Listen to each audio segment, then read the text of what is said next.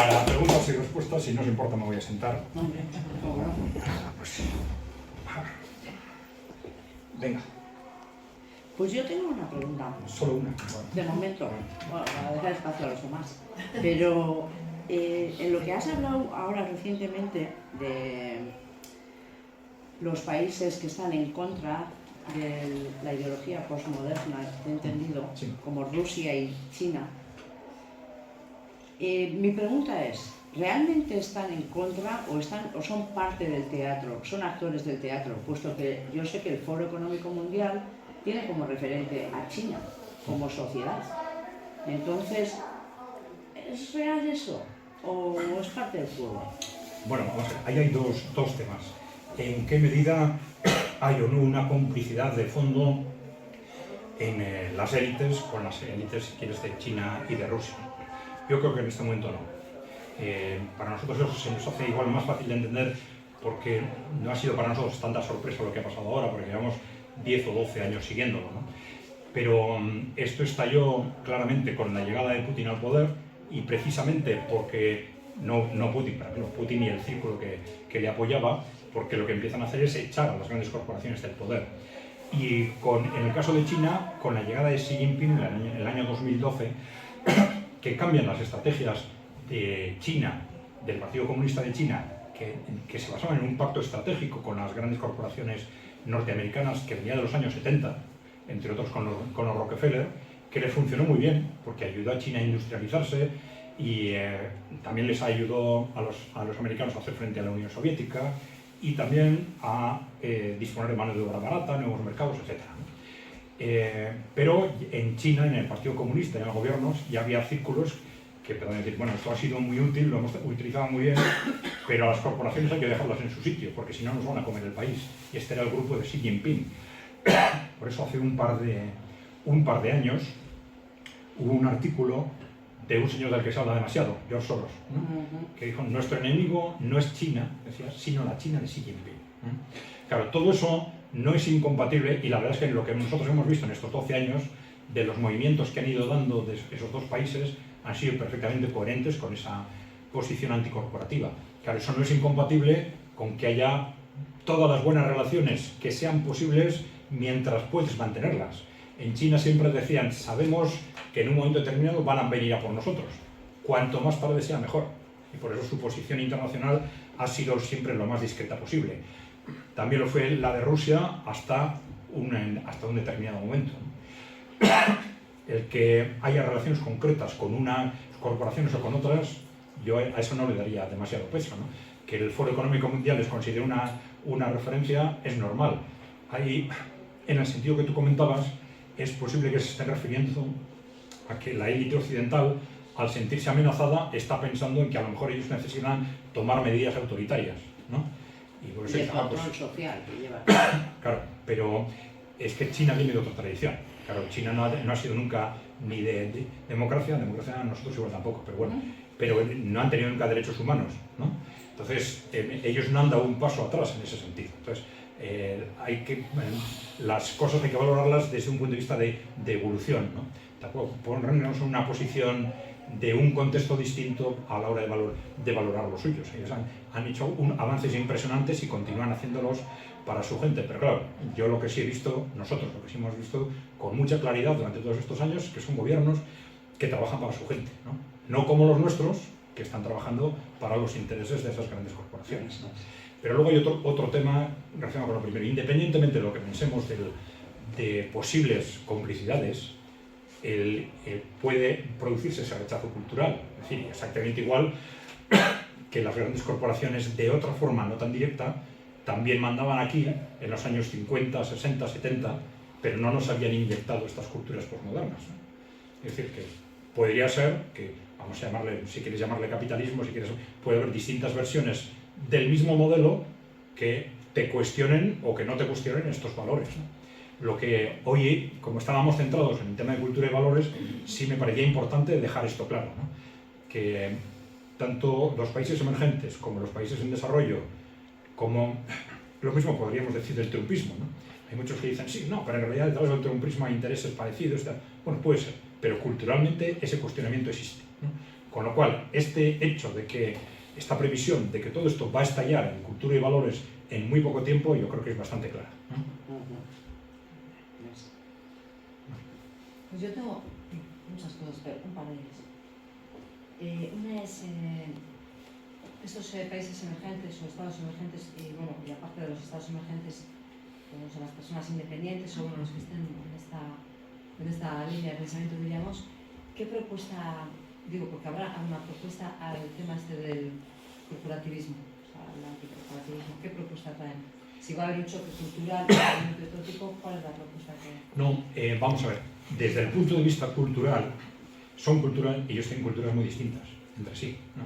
Lo mismo que estos movimientos occidentales tienen culturas muy distintas, los movimientos populistas de izquierda o de derecha, ¿no? Lo que tienen en común es que no han pasado esa etapa, no han llegado a esa etapa en la que hemos entrado nosotros desde hace 40 años, de introducción de esos valores, ¿no? Entonces algunos, pues igual los ves más cercanos a lo que era aquí la cultura de los años 80, por ejemplo, ¿no? Y otros tienen, pues no sé, cultura islámica, ¿no? Y otros tienen, pues, cultura más cercana a lo que es Latinoamérica. Pero la característica común es que el rechazo de nuestros valores, que los ven como tan absurdos, es decir, ellos se ríen de nosotros, Ya, pero entonces, ¿qué ofrecen? Por decirlo de alguna forma. No, pero es que tampoco tenemos que mirarles a ellos para ver qué ofrecen, ¿no? Es decir, estamos en una sociedad distinta, tenemos que mirarnos a nosotros para buscar soluciones, ¿no? Y yo miraría más a ver qué propuestas concretas hacen los movimientos que están aquí, ¿no? Esos movimientos populistas de izquierda o de derecha, ¿no? Porque son los que más están partiendo de necesidades concretas, ¿no? Vale, entonces la pregunta ahí hay, entonces, ¿qué movimientos o qué está emergiendo aquí? En contrarrespuesta o en respuesta Sí. al corporativismo. Vamos a ver. Bueno, si estás buscando preguntas concretas, por ejemplo, en el ámbito del ecológico, eso sí se puede identificar claramente, un rechazo del catastrofismo climático, de lo que eso que ahora se llama cambio climático. Nosotros ahí solemos decir que tenemos un problema porque no somos científicos, ¿no? Y cuando no eres científico, te encuentras con un tema en que hay unos científicos que dicen una cosa y otros que dicen otra, pues te quedas bloqueado. Te quedas bloqueado o actúas de forma intuitiva. Claro, como persona, al final te posicionas en base a la intuición, pero nosotros como analistas no podemos hacer eso, ¿no? Y entonces, ¿qué hacemos? Pues bueno, sobre el cambio climático decimos, no sabemos, porque hay un montón de dudas. Si hay cambio climático o no, si es importante o no, si es bueno o es malo, si la causa es humana o no es humana, si hay algo que se puede hacer al respecto o no. Bueno, hay un montón de dudas. Nosotros no lo sabemos, porque es una cuestión tan científica que nosotros no lo sabemos. Lo que sí sabemos es, mirando la experiencia, es que nos han estado engañando sistemáticamente con estos temas durante 50 años. Entonces tenemos razones más que sobradas para desconfiar, ¿no? Otro dato importante es que precisamente que los países emergentes y en desarrollo no se lo creen, ¿no? No sé si habéis visto lo que ha pasado en la COP28, pero es algo habitual en estas cumbres, ¿no? Pero el propio presidente de la COP le cogieron unos días antes de que empezara, creo, no sé si el día anterior, en una conversación diciendo que, bueno, esto de que hay que desfosilizarse, pues bueno, no hay ninguna razón científica para hacerlo. Y otros diciendo, no hay nadie que nos diga que es posible descarbonizar, irnos, aunque sea progresivamente, y que eso sea compatible con el desarrollo económico, salvo que queráis llevarnos a la edad de las cavernas. Dijo eso. Claro, se montó un escándalo, ¿no?, al presidente de la COP diciendo esto, y como siempre, a callarse. ¿Pero qué han estado haciendo los países emergentes en desarrollo con este tema? Pues callarse. ¿Y cómo se resuelven todas estas cumbres? Tú te callas, firmas lo que yo te pongo para firmar y yo te creo un fondo de dinero para repartirte para desastres naturales, etc. Existe la geoingeniería también, ¿no? Bueno, sí, pero es otro tema. Ya. Es otro tema. Quiero decir que el hecho de que haya ese rechazo en los países emergentes, bueno, ya sabes, ¿qué proponen? Pues bueno, si esas corrientes triunfan, te van a cuestionar ese concepto de catástrofe o cambio climático generado por el hombre. Por ejemplo, como el tema derivado esto de la ecología, pues de la ignorancia, y por supuesto desde eso de que no somos para nada científicos, que escuchamos de aquí y de allá, yo lo que siento es que cada uno, pues con lo que estamos hablando, bien sea de los emergentes o los que ya están súper colocados en el poder, pues cada uno a ese nivel van a sacar la teoría que les convenga, ¿no? Me parece que siempre ha sido así, a ese nivel, cada uno, y a otros niveles también sacamos la teoría que más nos interesa. Pero, por ejemplo, como personas que igual ya tenemos 50, 60 años, yo, por ejemplo, puedo decir que yo sí aprecio ciertos cambios climáticos. El agua tiene otra temperatura, hay cosas que ya a mi edad, yo he visto cambios. Entonces, pues no sé, es que no sé dentro de esto cómo se podría terminar de marcar. No, desde el punto de vista científico yo ahí no voy a entrar, ya te he dicho. Yo no voy a entrar en si existe o no, yo ahí no voy a entrar. Lo que sí veo es que ese cuestionamiento existe. Y estos países, porque veo, estos países que son los que actúan no en base a lo que les dicen las corporaciones que hagan, sino en base a defender a sus poblaciones, como son Rusia y China, clarísimamente, pues estos no te aceptan el concepto del cambio climático. Y gestionan estas cosas de una forma racional, y apuesto en parte por la energía sostenible, en parte por la energía fósil, en parte se diversifican, pero aquí es donde gestionamos todo esto de una forma casi religiosa. ¿Por qué? Porque eso es lo que llevan 40 años inyectándonos, ¿no? No analices la realidad, ya te digo yo a través de los medios lo que tienes que pensar, o más que nada lo que tienes que sentir. Pero esto se manifiesta en muchas cosas, ¿eh? Por ejemplo, ahí no he entrado, en el ámbito del análisis económico. Un ejemplo que nosotros ponemos muchas veces. Nos llaman un día a televisión y nos dicen, oye, que ha salido un informe, creo que era el de BBVA, diciendo sí, que como consecuencia del avance tecnológico, la digitalización era entonces, ahora están repitiendo lo mismo a cuenta de la inteligencia artificial, pero bueno, era hace 4 o 5 años, a cuenta de la digitalización, el 50% de los puestos de trabajo van a sobrar, el 50% de la gente va a ir a la calle. ¿Qué nos dices de esto? Bueno, vamos a cuestionar, bueno, vamos a ver. Primero, aunque si fuera así, lo que estás diciendo es que como consecuencia de la digitalización se duplica la productividad. Luego, el cómo lo gestiones, eso lo tienes que gestionar en base a los intereses de la gente, que puede ser, lo lógico, pues siempre hay situaciones de tránsito, pero pues trabajarla todos la mitad, por ejemplo, ¿no? Esos temas ni se mencionan, ¿no? Pero espera, pero es que la semana siguiente nos llaman diciendo, oye, que ha habido un informe que como consecuencia del hundimiento demográfico necesitamos 200.000 personas nuevas. Pero vamos a ver, ¿tú te das cuenta de lo que me dijiste la semana pasada? ¿Por qué no relacionas una cosa con la otra? Es que en economía también funcionamos en base a miedos, mensajes mediáticos que luego nos hacen siempre dejar actuar en función de los intereses corporativos. Ese mismo tema en China te lo tratan con toda la normalidad del mundo y dicen, no, nosotros estamos invirtiendo intensivamente en robotización, no para fastidiar a nadie, no, incrementamos la productividad, hacemos frente a la caída demográfica, si nos da para más, mejoramos los salarios y reducimos la jornada de trabajo. Desde luego, problema ninguno por la robotización.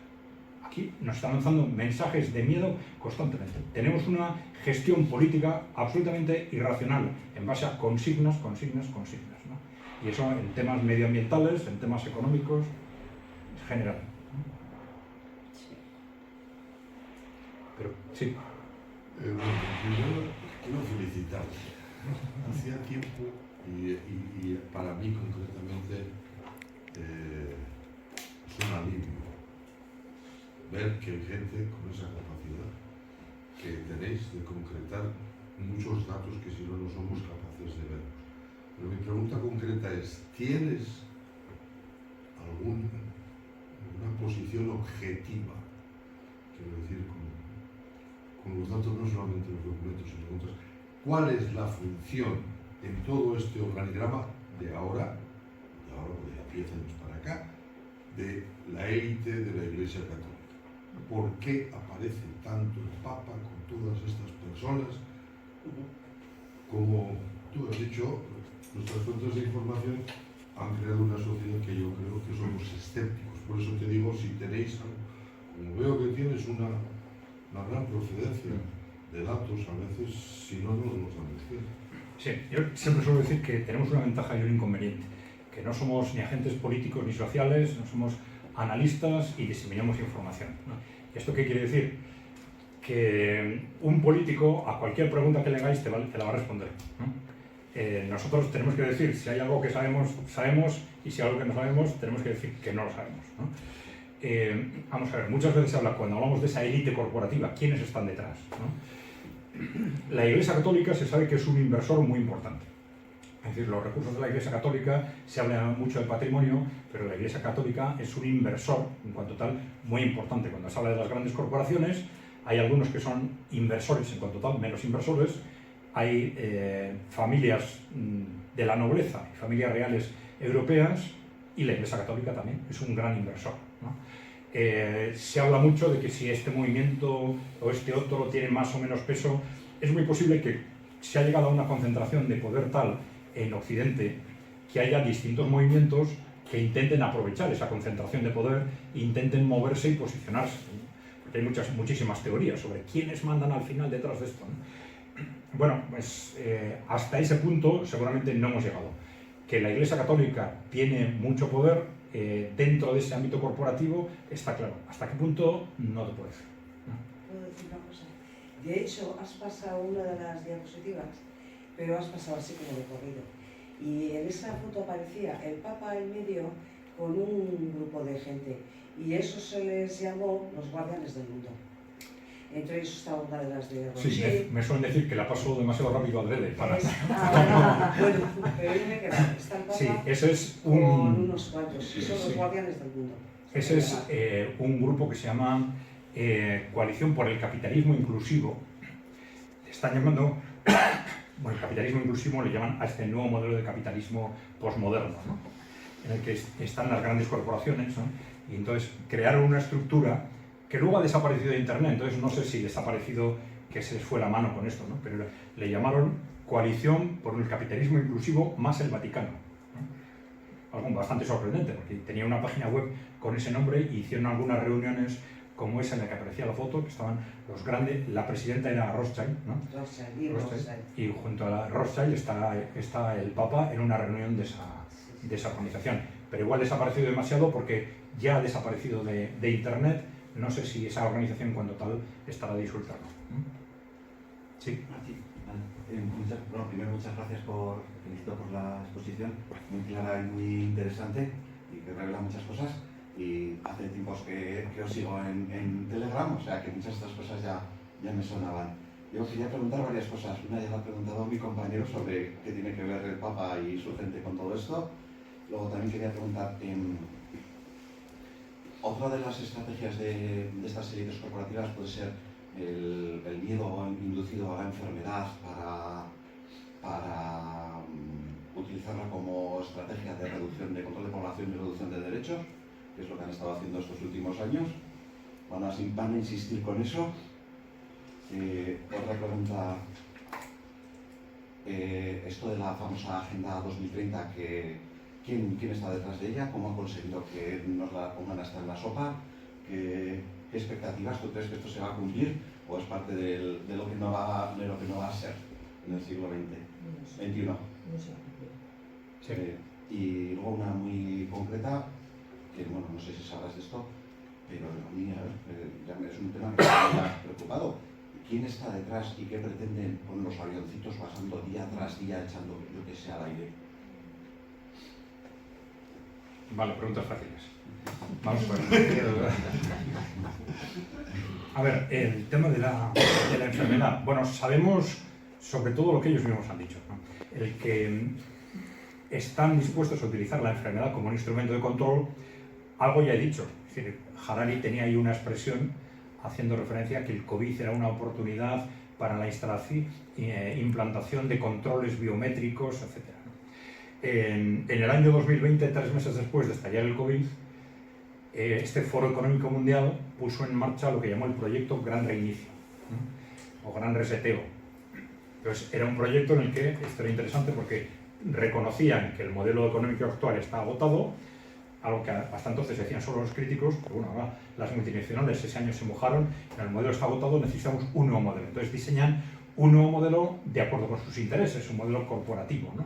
Se ha llamado. Pero para ellos sí dicen que el COVID-19 es una oportunidad histórica única para ponerlo en marcha, por lo cual sí te están diciendo que efectivamente la enfermedad o las epidemias pueden ser un instrumento de control y un instrumento de cambio social. Esto no es algo tan nuevo, ¿eh?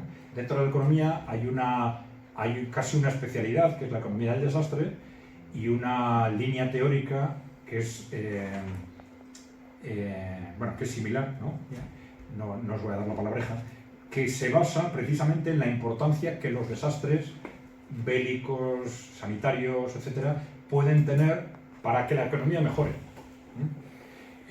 ¿Por qué? Porque dicen, la economía no solo mejora porque las empresas hagan mejor las cosas, sino también porque las malas empresas desaparecen y las buenas empresas siguen adelante, se hacen con el mercado de las malas.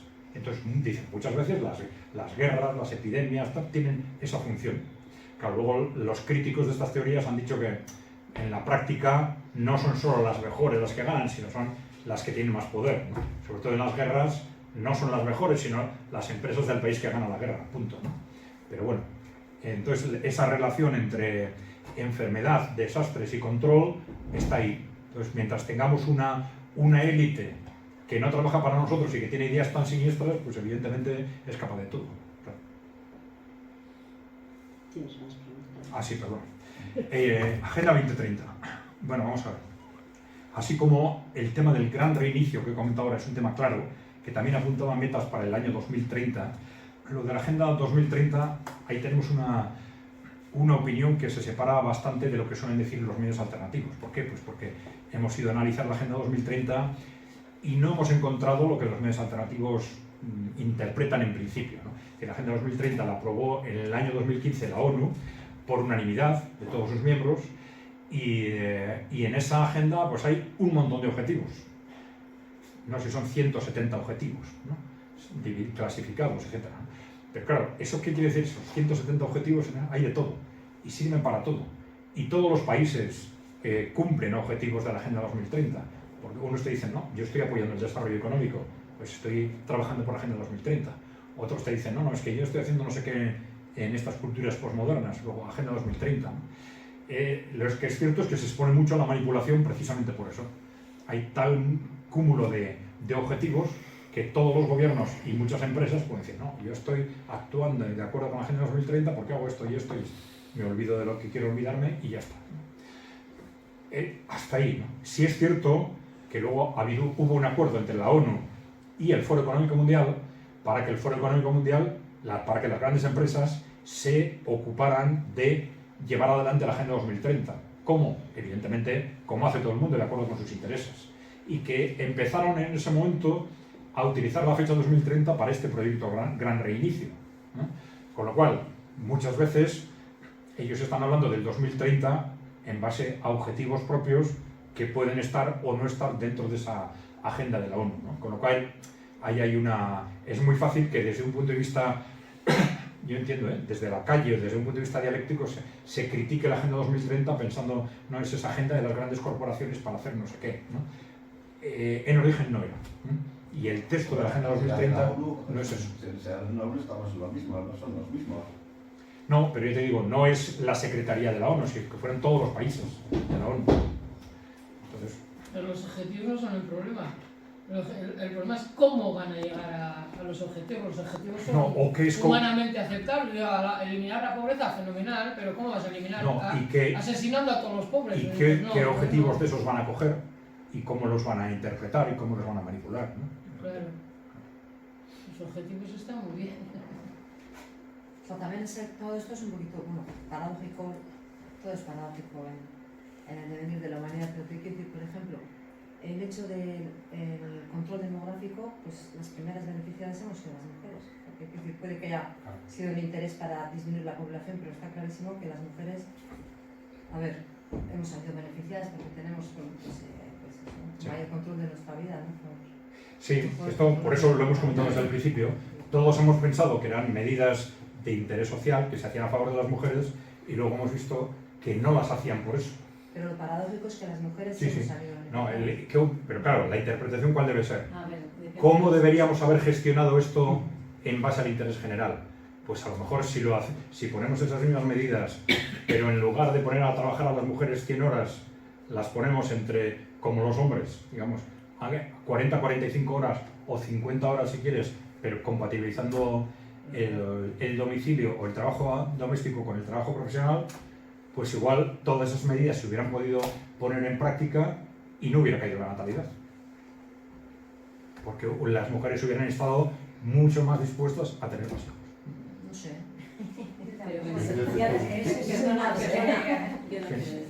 Lo de beneficiadas es un poco subjetivo. Vale, Yo de mi edad yo sé dejo- mucha yo gente como que palabra hubiera de tenido más hijos.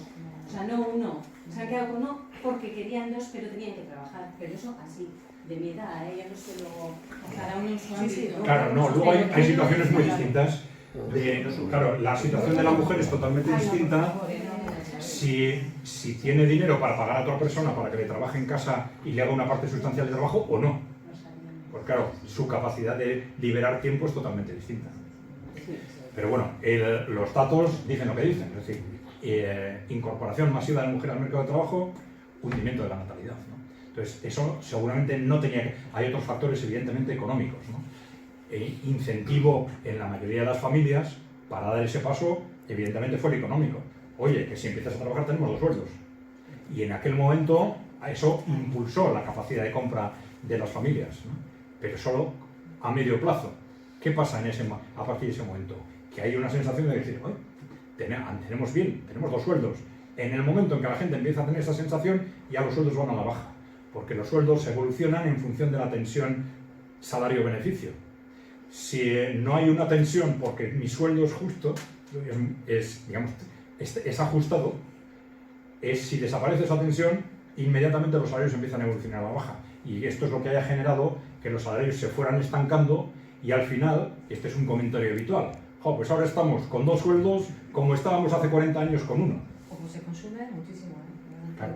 Dinero hay. Claro. Pero hay un cambio importante. Sería la buena, Y que sin, cada uno y consumiéramos, sin hijos. fuéramos conscientes. Y sin hijos. Sí, pero quiero decir, en el caso de la mujer, no solo es por el tema económico, sino también por el tema laboral. Es decir, pierdes por la maternidad, tanto antes como después, pierdes dentro de una empresa o dentro de cualquier lugar, incluso en la administración, pierdes tiempo, años y currículum. Pierdes todo eso. Entonces, pues otras que no tienen y otros que no tienen, pues pueden avanzar más hacia puestos superiores. Tú has perdido esos incluso 2-3 años de tu vida, porque sobre todo estás dedicado a tus hijos. Claro. Que en el caso del hombre no es tan complicado, el marido. Es decir, que no solo el tema económico, sino incluso El tiempo de trabajo es fundamental, pero por eso, porque en general se habla demasiado del tema económico, que evidentemente es importante, y apenas se habla del tema del tiempo de trabajo, pero es fundamental, porque una reducción del tiempo de trabajo para los dos, para hombres y mujeres, permitiría repartir mucho más esas cargas domésticas, ¿no? Pero claro, partiendo ahora de 40 horas para los dos, el tensionamiento que hay es impresionante. Bueno, el resultado está claro. Los niños, en vez de criarlos la familia en casa y ser atendidos, se dejan en manos de otros, que al final es el Estado, el que les adoctrina desde pequeños, cada vez más pequeños. Ese es el Pero has resultado. hablado Para mí, clarísimo. mucho de cultura, por ejemplo, y ahora, en este caso concreto, de si ha sido mejor o ha sido peor, la cuestión feminista, si nosotros valorásemos un dicho chino que dice que si piensas para un año, este es desde un punto de vista económico, siembra arroz. Si piensas para 10, siembra, planta árboles. Pero si piensas para 100, educa hombres. ¿Qué os pasa? Perdón que lo hable así. En términos generales, con las mujeres. Bermeo es una entidad. La mujer bermeana de hace 80 años, con la mujer bermeana de hoy, desde el punto de vista antropológico, de su reverencia, de sus valores y de sus fortalezas, porque se supone que los valores estaban en la mar, tenían un equilibrio, sabían lo que habían que hacer, y es lo que llamaríamos el factor educacional, no el factor de enseñar 2 por 2, 4, sino decir esto está bien o está mal. Él ha apuntado muchas veces el factor del objetivo común. Si el objetivo del corporativismo es ganar dinero, o el objetivo de las personas, has hablado de China, has hablado de Rusia, de que el objetivo es más o menos el bien común de su población. no estos otros que están haciendo desde otro punto de vista, decir, no, si estamos mal, reducimos y estaremos mejor. Y no, me ha extrañado que no hablases de la parte de los androides, porque creo que ahí se funde tecnología con filosofía.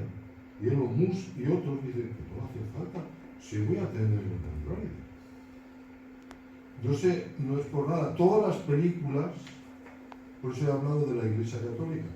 La Iglesia Católica tiene una experiencia tan grande en la seducción de las almas que nos han hecho creer que habéis salido de una costilla. Pero es que durante 14 siglos, desde el Concilio de Nicea de Trento, la mujer no tenía alma. O sea, no teníais alma. ¿Y a qué vengo otra vez? Perdón, lo de la educación. Porque la mujer aquí ha sido la transmisora de los valores. De los valores de decir esto está bien o está mal. Es decir, ama, ¿y cómo hago yo para hacer esto? ¿Está bien o está mal? Perdón. Creo que es un factor muy importante, muy importante. Ahora se van a escuelas, a universidades y estamos mejor desde el punto de vista de aquí. Y supongo que eso influye en los aspectos económicos y en los aspectos sociales. Sí, de cualquier forma es indudable que estamos ante retos complejísimos, ¿no? Claro, no es distinto, por ejemplo, hemos comentado en el ámbito ecológico, que puede ser conceptualmente relativamente fácil separar lo que es la defensa del medio ambiente del catastrofismo climático, por ejemplo, conceptualmente, ¿no?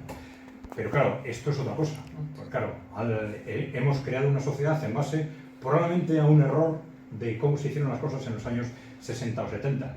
¿Qué hubiera pasado si se hubieran hecho como decían, proponían estas feministas nórdicas? Pues estaríamos en una sociedad totalmente distinta. Ahora, ¿qué hay que hacer a partir de ahora? Está claro que la sociedad actual no es sostenible, con esos niveles de hundimiento demográfico, etc. Pero ¿cómo organizamos esto de otra forma? Bueno, pues ahí se podría hablar muchísimo, pero bueno, siempre intentando, evidentemente, tener en cuenta los derechos y las expectativas razonables de todo el mundo. Sí. De lo de los aviones. Ah, sí. No, pues de eso no tengo mucho que decir. Pues evidentemente no lo hemos analizado, no lo sé. Bueno.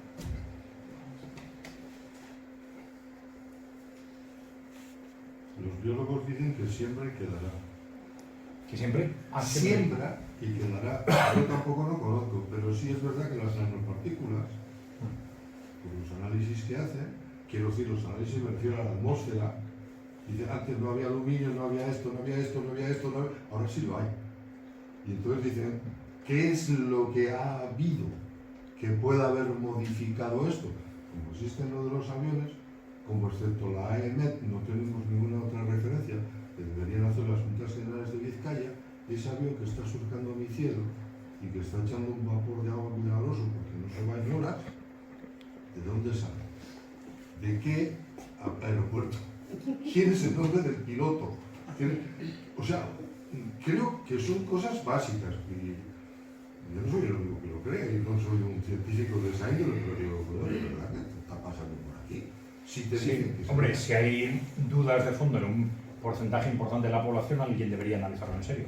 Me refiero a ese factor que has dicho tú antes a veces de la intuición. Si os faltan datos, pero como tenéis otros y tal y cual, y dice, oye, si la explicación no es razonable, hay un objetivo oculto.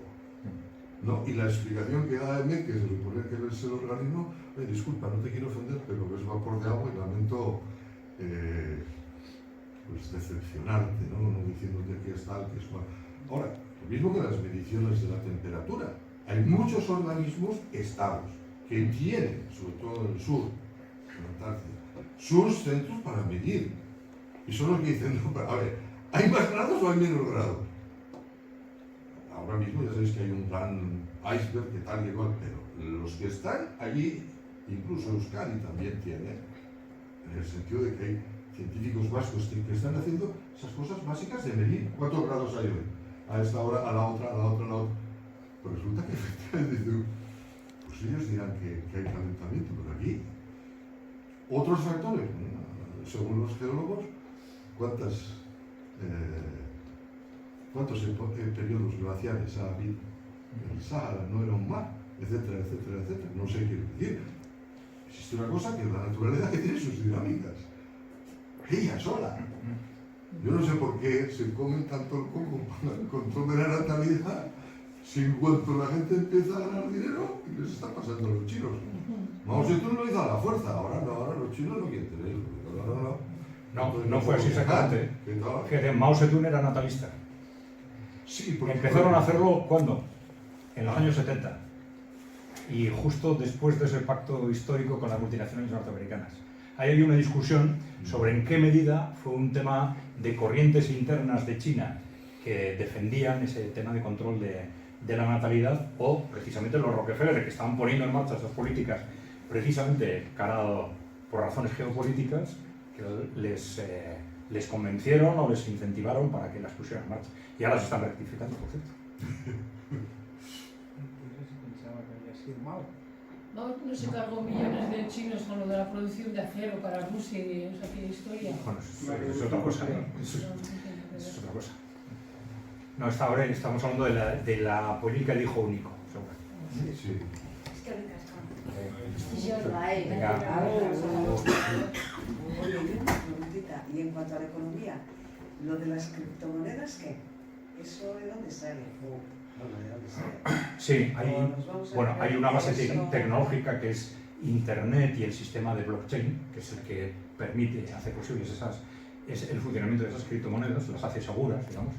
Y otra muy importante es la desconfianza con respecto a las monedas oficiales, ¿no?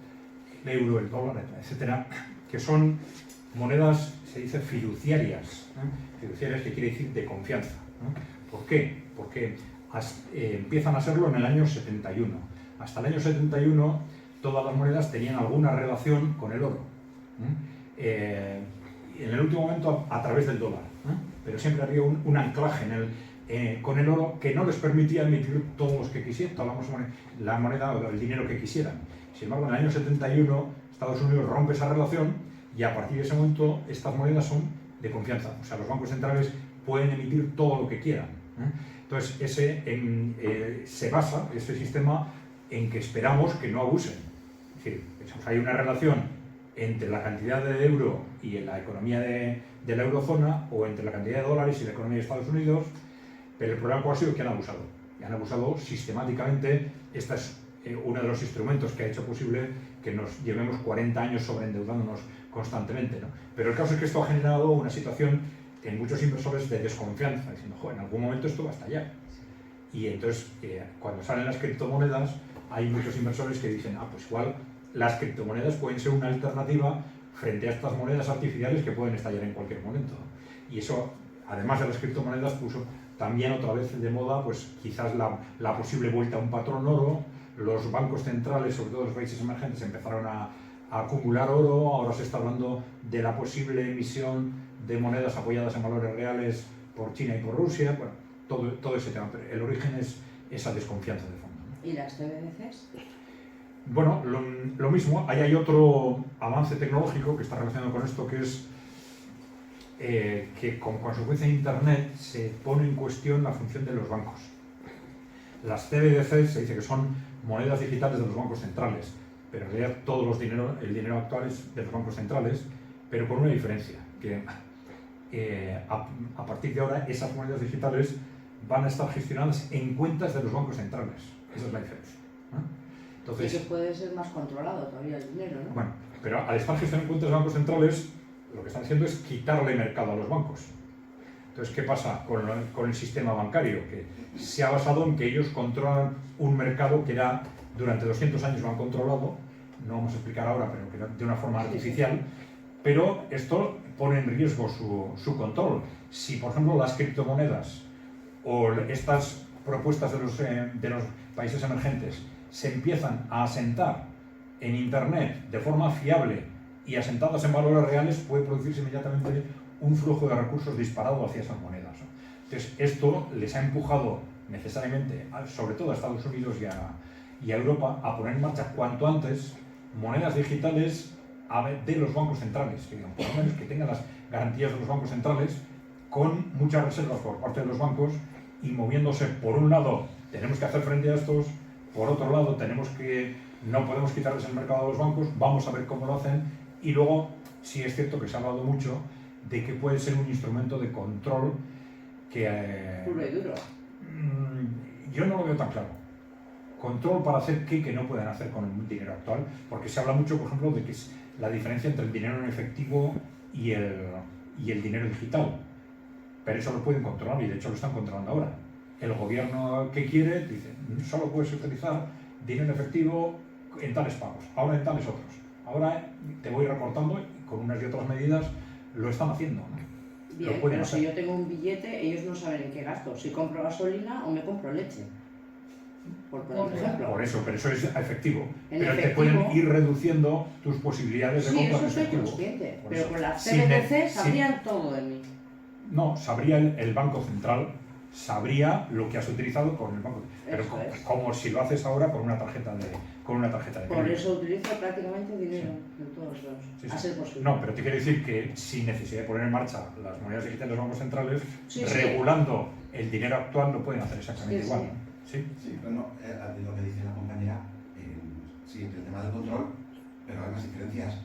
Es un dinero que puede ser un dinero con caducidad. Si no te lo gastas en el tiempo, te lo quitan.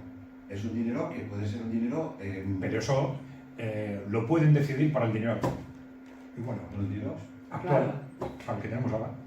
Claro, no es lo mismo. En Suecia, no es lo mismo. Perdona, aquí es una cosa, aquí un dinero que puede ser un dinero que limitado a un uso. Este dinero te lo doy para que compres lo que sea. Sí. Pero bueno, ya sé que hay políticos que están amenazando con el tema, por ejemplo, de la huella de carbono, y que algunos dicen, pues podemos relacionar la moneda digital con la huella de carbono, y entonces decimos, no te dejamos o te penalizamos las compras que hagas, pero te lo pueden hacer con el dinero actual. Te van restringiendo el efectivo. Lo veo más difícil, claro. No, el efectivo no. El efectivo no, pero es cuestión de irte reduciendo las posibilidades de pago en efectivo. Si van a la eliminación de la propiedad, pues bueno, claro, ahí ya... No, simplemente quería decir que en Suecia he conocido lo de que el efectivo ya casi no existía y en muy pocos sitios. Es que en estos momentos ni la tarjeta de crédito casi no existe, existen otros medios más electrónicos también. Es decir, que eso se va a dar. Hay lugares donde harán las pruebas y se va a dar. Es decir, que la opción es que... No sé, lo que se va a dar no sabemos. No, pero bueno, hay países donde hay mucha resistencia. En Alemania, por ejemplo, hay una resistencia social muy fuerte.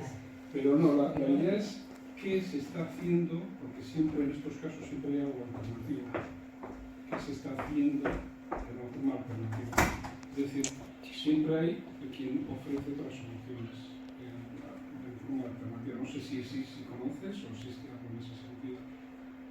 En forma alternativa. Hombre, la cuestión, más que alternativas técnicas o tecnológicas, es que el control llegue o no a un determinado nivel, ¿no? Existen grupos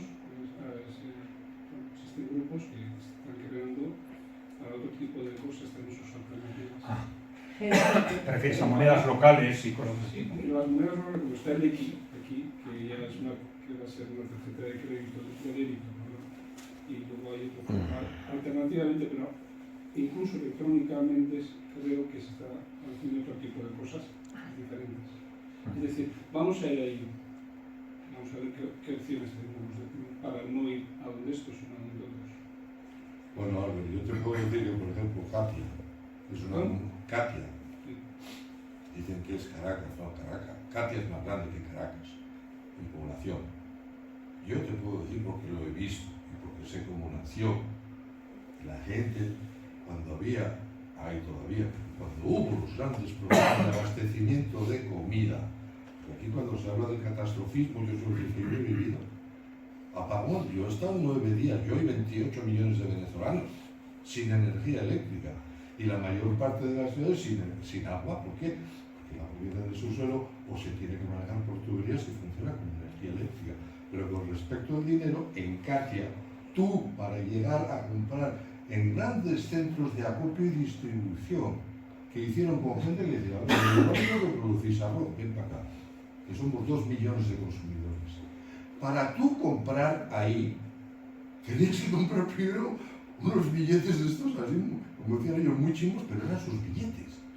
Tenías que comprar esos billetes. ¿Qué hacían ellos? Nuestra capacidad de comprar y distribuir para nuestra gente, porque como has dicho tú, para el bien de nuestra gente, porque en Katia tiene que haber arroz, y tiene que haber pollo, y tiene que haber tal. Para eso, tú, ese dinero que emite el gobierno, nos lo vas a dar a nosotros porque lo vamos a necesitar para otras cosas. Pero ellos estaban haciendo poner en valor su capacidad de organización como seres humanos. Eso fue descabezado, por cierto, en una semana por un batallón de las FAES. No es, no sé cómo digo, una cosa como dicen, que toca. Pero el valor del trabajo, porque a veces decimos, tenemos que ganar más, yo digo, y si gastamos menos, y no lo digo porque yo soy un filósofo, yo soy antropólogo, pero yo voy al monasterio de la Oliva, de una gente más feliz que el coño, que se levanta a las 6 de la mañana, que se pone a cantar, que luego... Esa va a ser la solución. No, que yo te digo, yo te digo, como él dice que analiza datos, yo te digo, y veo eso. Y podríamos ir a muchos sitios, solo que cuesta tiempo viajar y tal. En Granada, en otras de esas comunidades post-hippies, llámale como tú quieras.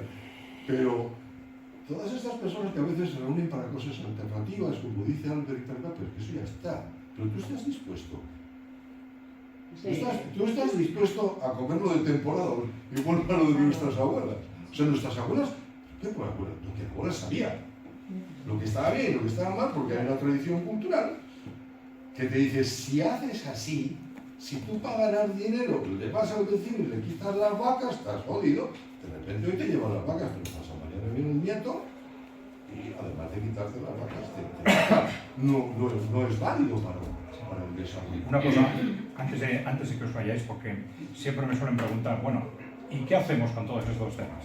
Digo, bueno, pues nosotros, ya lo hemos dicho, no somos ni agentes políticos ni sociales, somos analistas, sí, pero hay que hacer algo, Joder, pues hay que hacer algo, y se os ha ocurrido una cosa muy modesta, que es, bueno, recoger nombres de los que quieran, y entre esos, pues bueno, vamos compartiendo información sin ningún tipo de compromiso. Ya hay alrededor de 150 personas que reciben información o por Telegram o por WhatsApp o por... Es una cosa distinta del boletín que os he comentado antes, ¿eh? Es más centrados en cultura y valores, y entonces, bueno, pues gente que se quiere, de alguna forma, bastante gente parece, que se quiere sentir arropada en estos temas, entonces, bueno, pues no está, si alguno queréis, el nombre y un dato que puede ser o el teléfono o el correo electrónico, pues nos ponemos en contacto y lo, ya digo, sin ningún tipo de... ¿Para promover actividades o...? Bueno, eso ya veremos. ¿O para encuentros y compartir sentires? Bueno, la idea es que a partir de ahí lo que se quiera, pero nadie va a estar obligado en participar en absolutamente nada. Vale. Pero, y entonces, si disculpa, pues yo llevo 3 años ahí, que me he echado 34 años en vez. Y una de las primeras cosas que me he dado cuenta es que hay grupos con un montón de gente que resulta que son 3 o 4, no voy a decir que hacen algo, siquiera que suben algo de información. Yo me he salido hace tiempo de 4 grupos. Porque si no está relacionado con la acción, si no está relacionado con la acción, ¿qué sentido tiene? Yo me sorprendo, no solamente en 4 foros, sino como persona, de la importancia que se le da a las redes sociales. Digo, pero si no se activa nadie. Y tú no puedes hacer una pintada o recoger alimentos o ropa si no mueves a la gente. ¿Por qué se valora tanto lo de las famosas redes sociales? Bueno, pero es un instrumento, antes de la acción, de información importantísimo, ¿eh? Porque dice redes sociales, pero claro, ¿quién se activa por la televisión o por los periódicos? Y sin embargo, la Internet, no solo las redes sociales, Internet en general, ha dado la vuelta a ese tema. Es decir, uno de los problemas de finales del siglo XX ha sido ese precisamente, porque tú has hablado antes, creo, de las religiones. Efectivamente se hablaba mucho de la capacidad de manipulación y control de las religiones, pero al final esto era una misa a la semana, ¿no? Y sin embargo la televisión y la radio la tenemos 3-4 horas al día en la que nos lanzan unidireccionalmente los mensajes que quieren, ¿no? Y esto es un instrumento seguramente muy importante para que en las últimas décadas del siglo XX consiguieran ese control que hasta entonces era mucho más difícil, y sin embargo esto se empezó a romper con Internet, porque Internet, y ellos lo decían en los documentos de fines del siglo, decían, ojo, porque aquí hay un porcentaje de la población muy pequeño todavía que se nos está escapando, ¿no? Y las redes sociales las pusieron en marcha ellos, casi todas las grandes corporaciones con los servicios de inteligencia, precisamente para empezar a controlar Internet, ¿no? Y por eso luego, unos años después, empezaron, porque no llegaban a controlarlo, han empezado con la censura, ¿no? que ya, por supuesto, este es un tema muy llamativo, ¿no? Porque nuestros responsables políticos, en teoría tan democráticos y tan liberales, no dicen nada de la censura, ¿no? Porque ya no estamos hablando solo de que las redes sociales censuren, sino que ahora los gobiernos, el Parlamento Europeo les está diciendo a las redes que tienes que censurar y que si no censuras esto y esto voy a ir a por ti. Ahora la pornografía no la censuran, ¿eh? Bueno, pero digo, sobre todo para los niños, sí, sí. que se puede controlar todo, pero eso no. No, pero quiero decir que Internet tiene cosas buenas o malas, pero que es un instrumento de contraste y para que la gente, por lo menos desde el punto de vista de información, se empieza a despertar, a ver otras referencias y tal muy importantes. Internet se ha basado, creo yo, en una gran voluntad del ser humano de compartir. Antes tú hacías un disco y lo querías vender para ganar dinero. No, ahora lo que tú quieres es que te escuche. Y entonces lo subes a YouTube, por ejemplo. Ahora, lo que has dicho, que una misa a la semana, digo, no, me perdonas, Adrián. Era más que eso. Es todos los días, tienes aquí. Hemos matado a Cristo y tenemos que pedir perdón, y los que nos van a perdonar para llegar a la eternidad, pues estamos hablando de conceptos, no te los voy a llamar esotéricos, pero que no son, diríamos, tangibles, pero sí son tangibles en el sentido que dicen, ¿no? Tú, los corderos, los cerdos, el trigo, el vino. Si cuantificas las recaudaciones, porque todo eso es para decir que eres deudor, a través de mí puedes obtener la reducción de la deuda. ¿Por qué? Porque tu objetivo es que tú vas a vivir para toda la eternidad en el cielo o en el infierno. Es mucho más, pero el objetivo era económico, Adrián. El objetivo de la Iglesia Católica es recaudar. Recaudar. ¿Cómo hicieron? Bueno, los reyes con las armas, porque claro, aquí, sobre todo en este país, había gente que no comía cuento. No. Pero es sobre todo la seducción del alma, que Zoroastro fue un maestro. Quiero decir que no es... Por eso he preguntado si tenías alguna... ¿Qué pinta? Además un jesuita. A ver cómo ha puesto a los Dei en su sitio, ¿no? No sé si os habéis dado cuenta. Sí, pero pero tiene su sitio, pero Bueno. según él, allá abajo, ¿no? Y no tenía la prelatura de la persona. Bueno, perdón, pero lo que quería decir, no. El corporativismo, la religión, no solamente ha sido para recaudar.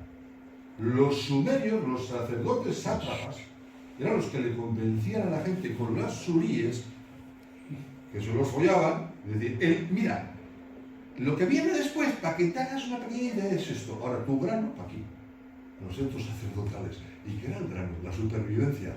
¿Qué es ahora? Yo no sé. Sí, estoy muy de acuerdo, que yo también he leído cosas. Pero, ¿de dónde? ¿Por qué os ufanéis con vuestra tecnología si estáis pensando en tener que matar gente? Ayer digo con el catastrofismo que veo con muchas personas, es que estamos jodidos, es que nos escuchan, es que no sé qué, es que no sé cuánto. Digo, hombre, que no, estamos tan jodidos. Y ahí, esas experiencias de trabajo, por eso me ha gustado mucho tu exposición, porque es tan amplia que yo no lo miro todo, que yo, coño, pero cuando le ves una raíz a algo, ¿no? Dice, mira, igual no hace falta tirar el árbol. En ese pedazo de raíz que está allí sin que te corras el riesgo de que si vas a cortar el árbol te va a dañar el dueño, si tú vas a aquella raíz y le metes gasóleo, resulta que el árbol se va a morir dentro de 3 meses y no se va a enterar. Perdón. Sí, porque nos van a echar ahí inmediatamente. Muy bien. Vale. Es que